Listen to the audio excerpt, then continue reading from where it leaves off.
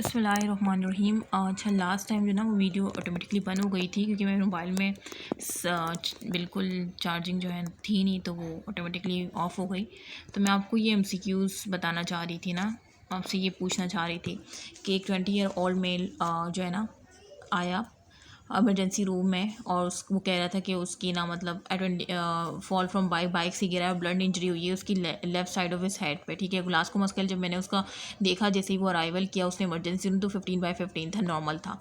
और जब वो जो है ना while waiting a skull x ray it become drowsy, जैसे ही हम वेट कर रहे थे स्कल, तो वो क्या हो गया, ड्राउजी हो गया और कंफ्यूज हो गया। मतलब थोड़ी देर बाद क्या हो गया, ड्राउजी और कंफ्यूज हो गया। He is move to the resuscitation area where his Glasgow coma decline. और जब उसे रिसस्टेशन एरिया में गया जहाँ पे ग्लासकोमा उसका 7 हो गया, मतलब 15/15 से 7 हो गया। तो ये कौन सा है, आप बताओ कौन सा है। तो ये क्या शो कर रहा है, ये लूसिड इंटरवल है ना, जो मैंने आपको अभी एपिड्यूरल हेमाटोमा में बताया। एपिड्यूरल हेमाटोमा मैंने आपको यही बताया था ना कि पहले वो क्या है, पहले वो कॉन्शियस था, उसका बिल्कुल सही था ग्लासकोमस 15/5, लेकिन बाद में क्या हुआ, वो ड्राउजी और कंफ्यूज हो गया, मतलब ग्लासकोमस के लिए उसका 7 हो गया। इसी वजह से वो जो है कंफ्यूज और ड्राउजी हो रहा है। तो ये क्या है, लूसिड इंटरवल है। और लूसिड इंटरवल सिर्फ किस में होता है, एपिड्यूरल हेमाटोमा में। तो देखो करेक्ट डायग्नोसिस क्या है, एपिड्यूरल हेमाटोमा लूसिड इंटरवल। ठीक है, तो ये मैं आपसे पूछना चाह रही थी लास्ट वीडियो में, जो कि ऑटोमेटिकली ऑफ हो गई थी। अभी भी ये मोबाइल की जो मोबाइल पर मैंने चार्ज पे लगाया हुआ और यहाँ पे मैं वीडियो बना रही हूँ, इस वजह से ही बन रही है। अच्छा, नेक्स्ट क्या है हमारे पास, नेक्स्ट हमारे पास एक्यूट सबड्यूरल हेमाटोमा है। अब इसमें क्या होता है, इसमें ना एक्यूमुलेशन होती है बिटवीन ड्यूरा एंड एरेक्नॉइड। ठीक है, तो पहली जो लेयर होती है वो आपकी ड्यूरा होती है, सेकंड वाली क्या होती है, एरेक्नॉइड होती है, और लास्ट वाली क्या होती है, पाया मैटर होती है। तो जो सेकंड वाली लेयर है ना, और जो फर्स्ट थर्ड वाली लेयर मतलब आउटर मोस्ट लेयर, और जो मिड वाली लेयर है एरेक्नॉइड और ड्यूरा के दरमियान अब ब्लड एक्युमुलेशन हो रही है। जबकि एपिड्यूरा में क्या आता है कि ड्यूरा और स्कल के दरमियान हो रही थी। ठीक है, तो ये आपने याद रखना है। अच्छा, सोर्स ऑफ ब्लीडिंग यहाँ पे याद रखना है कि यहाँ पे वीनस प्लेक्सिस का रप्चर होता है, ब्रिजिंग वेन याद रख लो, और rupture cerebral cortical blood vessels याद रख लो। ठीक है, इनका रप्चर होता है। और इम्पेयर कॉन्शियस लेवल हो जाता है, इसमें कोई लूसिड इंटरवल नहीं होता कि पहले कॉन्शियस है पेशेंट फिर अनकॉन्शियस हो रहा है, इस तरह से इसमें कुछ नहीं होता। इसमें कोई नो लूसिड इंटरवल देखो लिखा हुआ भी है। ठीक है, और CT scan with contrast same हम करेंगे, लेकिन वहाँ पे हमें बायो कॉन्वेक्स मिल रहा था ना, देखो यहाँ पे हमें बायो कॉन्वेक्स मिल रहा है, लेकिन सब ड्यूरल हेमाटोमा में हमें क्या मिलेगा, कॉन्केव मिलेगा, कॉन्केव लेंटिफॉर्म मिलेगा। और हाइपरडेंस कलेक्शन अभी मैं आपको ये भी दिखा देती हूँ। देखो ये एक्यूट सबड्यूरल हेमाटोमा है, तो देखो ये देखो कॉन्केव मिल रहा है यहाँ से ना, कॉन्केव सिर्फ कॉन्वेक्सिटी मिल रही है। ठीक है, तो ये वाइट है, तो इसका मतलब ये एक्युमुलेशन हो रही है। ठीक है, एरेक्नॉइड और ड्यूरामीटर के दरमियान। और ये क्या है, इन्फाक्ट हुआ है ड्यू टू इन्फाक्शन है ड्यू टू इस्कीमिया। ठीक है, अच्छा, तो इसमें भी सेम वही है कि आप कनेक्ट में भी कर दो, और इसकी इंडिकेशन सेम वही है सारा कुछ। ठीक है, इसको छोड़ दो। अच्छा, क्रोनिक सबड्यूरल हेमाटोमा में क्या होता है, क्रॉनिक है ना, तो ये कॉमन एल्डरली में होता है, मतलब जो बूढ़े लोग होते हैं, जो बाबा लोग होते हैं, ये उनमें देखा गया है मोर कॉमन। और ये क्यों होता है, ये क्रॉनिकली मतलब एक चीज़ चल रही हो, पेशेंट को पता नहीं चल रही। ठीक है, ये एंटीकोगुलेंट और एंटीप्लेटलेट एजेंट लेने से, मतलब जो बहुत ज़्यादा एंटीकोगुलेंट और एंटीप्लेटलेट एजेंट ले रहे हैं, ठीक है, तो उनमें ये क्रॉनिक सबड्यूरल हेमाटोमा देखा गया है। और इसमें सेम वही कि ब्रिजिंग वेन की रप्चर हो जाता है, जिस तरह से आपको मैंने एक्यूट में बोला था, तो सेम वैसे ही है। और इसमें क्लिनिकल फीचर क्या होगा, पेशेंट बोलेगा मुझे सर में दर्द रहता है, कॉग्निटिव डिक्लाइन होगा, फोकल न्यूक्लियर डेफिसिट होगा, सीजर एक्टिविटी भी देखी गई होगी, उनके घर वाले बता रहे होंगे, और ख़ुद बता रहा होगा। ठीक है, तो ये क्लिनिकल फीचर है। अच्छा, डायग्नोसिस ऑन सीटी की एक्यूट ब्लड अगर हुआ है तो 10 डेज़ में हाइपरटेंस मिलेगा, लेकिन अगर सब एक्यूट है 10 डेज से 2 हफ्ते हो गए तो आइसोटेंस रिलेटेड टू ब्रेन, मतलब सीटी में आपको ये चीज़ें अगर मतलब सीटी जो है अगर आपको 2 हफ्ते 3 हफ्ते हो गए तो क्रॉनिक ब्लड होगा, उसमें आपको सारा हाइपोडेंस दिखेगा। ठीक है, हाइपोडेंसिटी दिखेगी, लाइक इस्कीमिया नेक्रोटिक की वजह से, सेम वही कॉन्सेप्ट है। ठीक है, ये देखो पूरा हाइपोडेंस दिख रहा है आपको, पहले हाइपर था, फिर आइसो हो गया। ठीक है, और फिर क्या होगा, हाइपोडेंस हो गया, कम हो गया। ठीक है, तो ये चीज़ है, ये ना भी याद रखो, इतना इंपॉर्टेंट नहीं है, लेकिन मेन चीज़ ये रखना, ब्रिजिंग वेन रप्चर हो जाती है। और जो क्रॉनिक वाला है ना, वो एंटीकोगुलेंट और प्लेटलेट एजेंट की वजह से होता है, कॉमन होता है एल्डरली में। ये मेन चीज़ है, क्लिनिकल फीचर याद रख लो। अच्छा, और एक ही याद रख लो कि ट्रीटमेंट इसमें हम क्या कर सकते हैं कि हम जो है ना, जो भी एंटीकोगुलेशन वो ले रहा था ना, रिवर्सल कर देंगे। Anticoagulation is important part of treatment, ठीक है। और बाकी सर्जिकल इवोकेशन करेंगे। बर होल होता है ना, बर होल क्रेनेक्टमी के बजाय हम बर होल कर देंगे, ठीक है। उसको कर देंगे। बर होल ईजिली परफॉर्म होता है अंडर लोकल एनेस्थीसिया दे के, और वो हो जाता है। और बाकी कोगुलोपैथी जो है उसको करेक्ट करेंगे, ठीक है। मतलब जो एंटीकोगुलेंट एंटीप्लेटिलेंट जो तबाही बचाई हुई है उसको करेक्ट करेंगे। टाइम बैलेंस है उसको करेक्ट करेंगे, ठीक है। अच्छा, उसके बाद क्या है, surgery can be delayed. Surgery जो है हम डिले करेंगे for 7 to 8 days patient is stable, जब तक पेशेंट स्टेबल ना हो जाए, ठीक है। पहले हम उसको ये करेक्ट करेंगे, उसके बाद फिर ये सारी चीज़ें करेंगे, ठीक है। जब वो स्टेबल हो जाए तब हम उसको वो करेंगे, बाकी वही चीज़ें हैं, ठीक है। खैर, मेन चीज़ मैंने बता दी। अब नेक्स्ट चलो, नेक्स्ट आई थिंक एंड हो गया है। अच्छा, ये यहाँ से स्टार्ट हो रहा है ना, सेरेब्रल कंटूजन। इसमें क्या होता है, सेरेब्रल कंटूजन जो है ना, ये आर कॉमन है हेड इंजरी में। इसमें क्या होता है कि सेरेब्रल कंटूजन जो है ना, ब्रेन डैमेज हो जाता है। किस तरह से, इम्पैक्टिंग अगेंस्ट द स्कल। मतलब जब आपकी स्कल पे कोई चोट लगती है ना, तो सेरेब्रल कंटूजन देखी गई है, उसकी वजह से जो है क्या हुआ, ब्रेन आपका डैमेज हो रहा है। अब इसमें 2 टाइप्स होती हैं, ठीक है। मैं ज़रा इसको पहले जूम कर दूं। इसमें एक क्रॉप इंजरीज होती है, एक काउंटर क्रॉप इंजरीज होती है। क्रॉप इंजरीज क्या होती है कि एट द पॉइंट ऑफ, मतलब जिस साइड चोट लगी है उसी साइड ब्रेन डैमेज हुआ है, ठीक है। और काउंटर मतलब opposite side of impact brain damage हुआ है, तो काउंटर क्रॉप है, ठीक है। तो नाम में ही काम है, मतलब नाम से ही आपको समझ आ रहा है। मोर कॉमन साइड क्या है कि फ्रंटल लोब्स और टेम्पोरल लोब जो है, इन्फीरियर फ्रंटल लोब और टेम्पोरल लोब होते हैं। ये मैं आपको पढ़ा रही हूँ, ठीक है। मतलब एक दफ़ा रीड कर लो बस, ये इतना इंपॉर्टेंट नहीं है। जो इंपॉर्टेंट था उसको मैंने पढ़ा दिया है। डायग्नोसिस क्या है, सिटी स्कैन विदाउट कंट्रास्ट, ठीक है। ये जो आवाज़ आ रही है, चार्जिंग पे लगाया हुआ है तो बार बार हिल रहा है, तो उसकी वजह से आवाज़ आ रही है आपको। बाकी इसमें हाई और लो डेंसिटी मिक्स मिलता है आपको, ठीक है। एडमिशन करो और ऑब्जर्वेशन करो पेशेंट की, और these lesion mature expand 40-70 year whole injury, बस इसको छोड़ दो। अच्छा, डिफ्यूज एक्सटर्नल इंजरी क्या होता है, प्राइमरी ब्रेन इंजरी होती है और पेशेंट जो है वो कोमाटोज होता है, mainly seen in high energy trauma. और इसमें क्या होता है, ये याद रखो, पंक्टेट हेमरेज, ठीक है। इसको याद, इन कॉर्पस कैलोजम और ब्रेन स्टेम, ये मेन चीज़ है, ठीक है। हाईलाइट भी हुई हुई है लाइन, ठीक है। इसमें क्या था, हेट्रोजीनस लीजन्स आपको दिख रहे थे, मिक्स डेंसिटी मिल रही थी।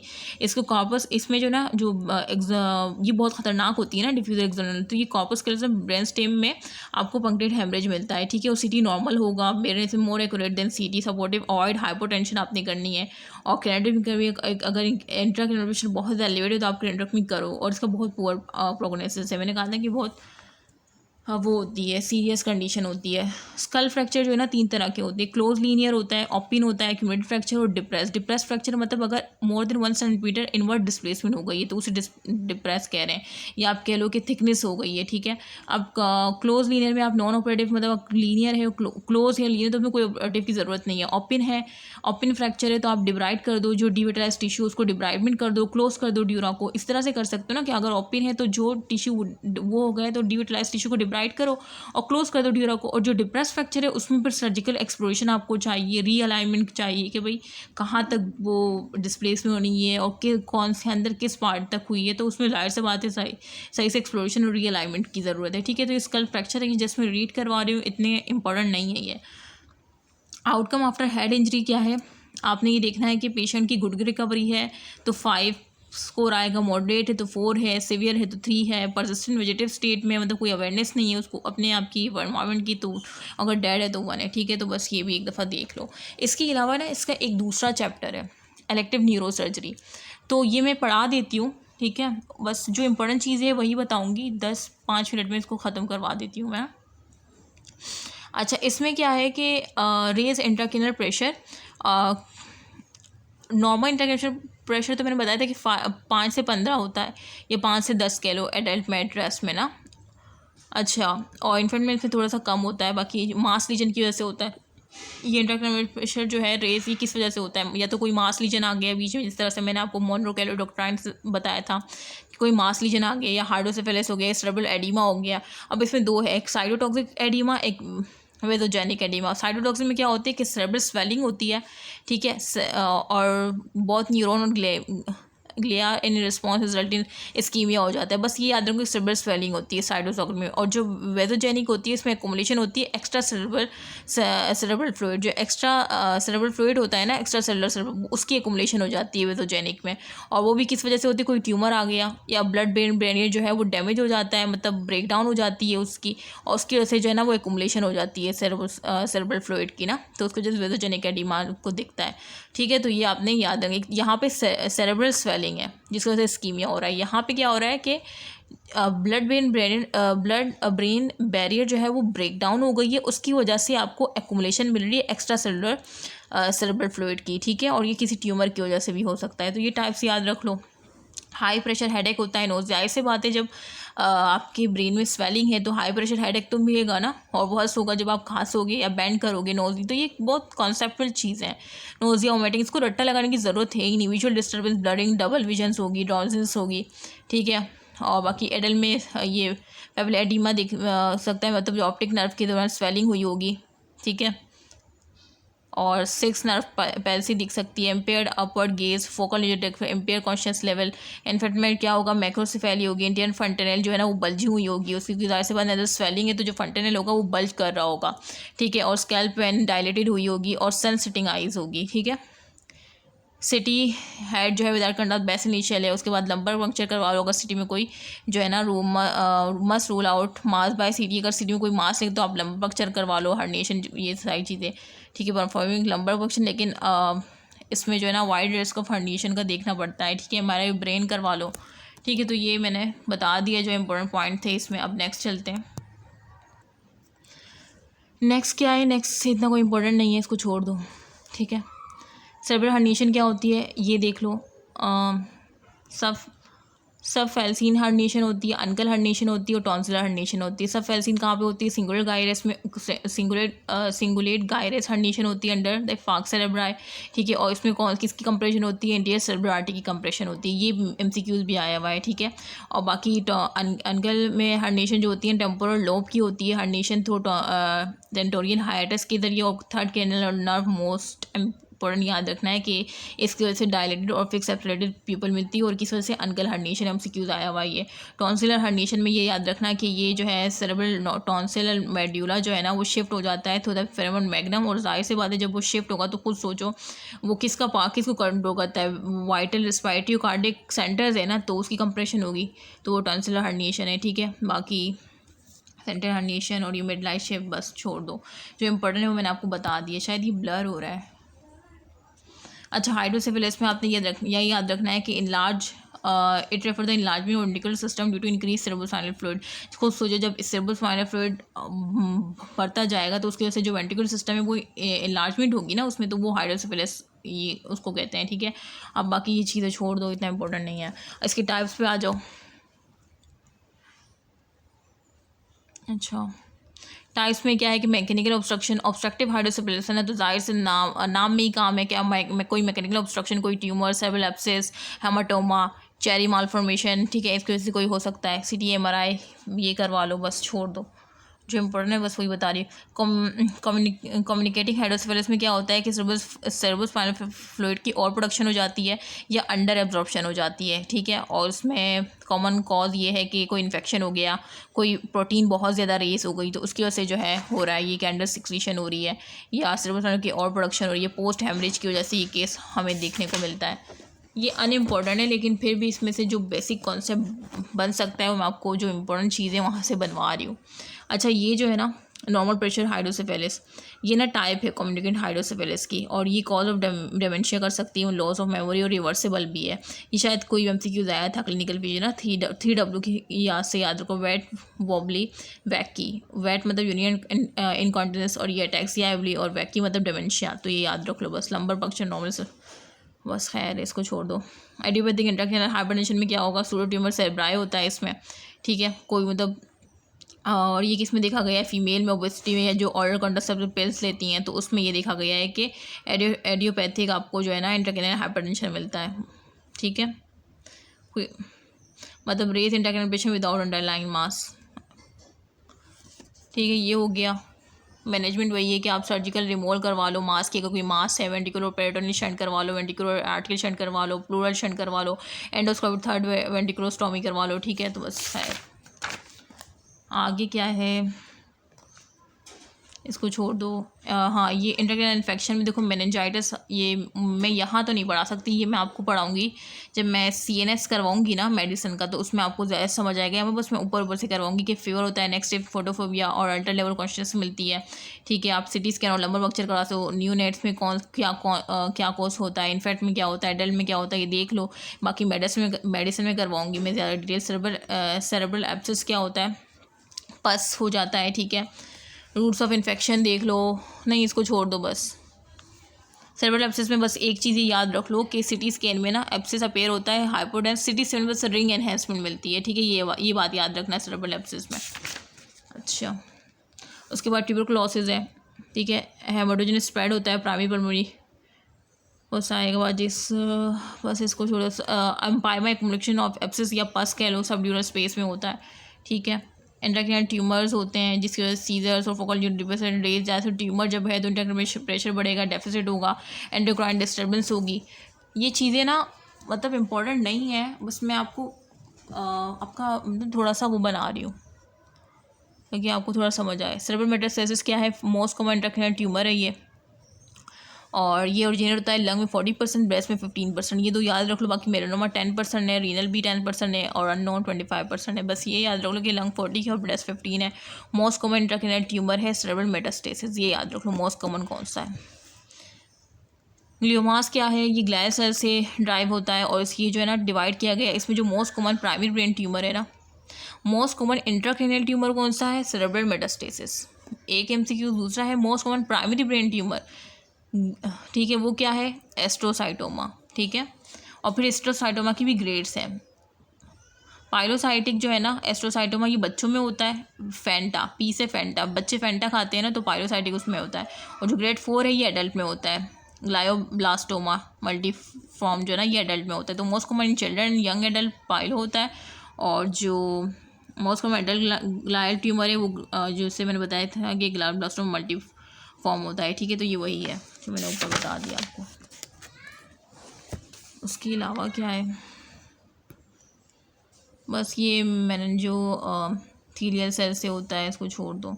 पिट्यूटरी में ये याद रख लो कि जो मोस्ट कॉमन होता है ना वो प्रोलेक्टिनोमा होता है 30%। बाकी तो कुछ नहीं है ख़ास।